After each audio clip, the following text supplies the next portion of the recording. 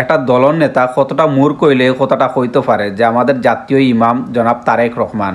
আমি বিএনপির বিপক্ষে এই কথাটা কইরাম না, আমি শুধু তুলিয়া ধরতাম চাইরাম যে বিএনপির মধ্যে কতটা মূর্খ এই সালাউদ্দিন আহমেদ।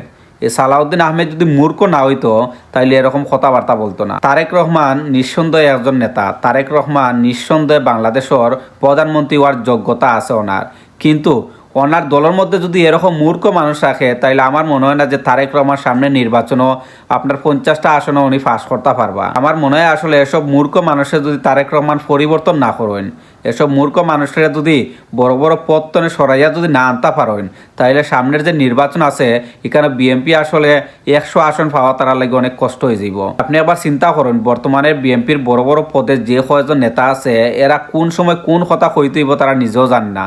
তারা এমন কিছু কথা কয় হইয়া তারা বাইরা লয়।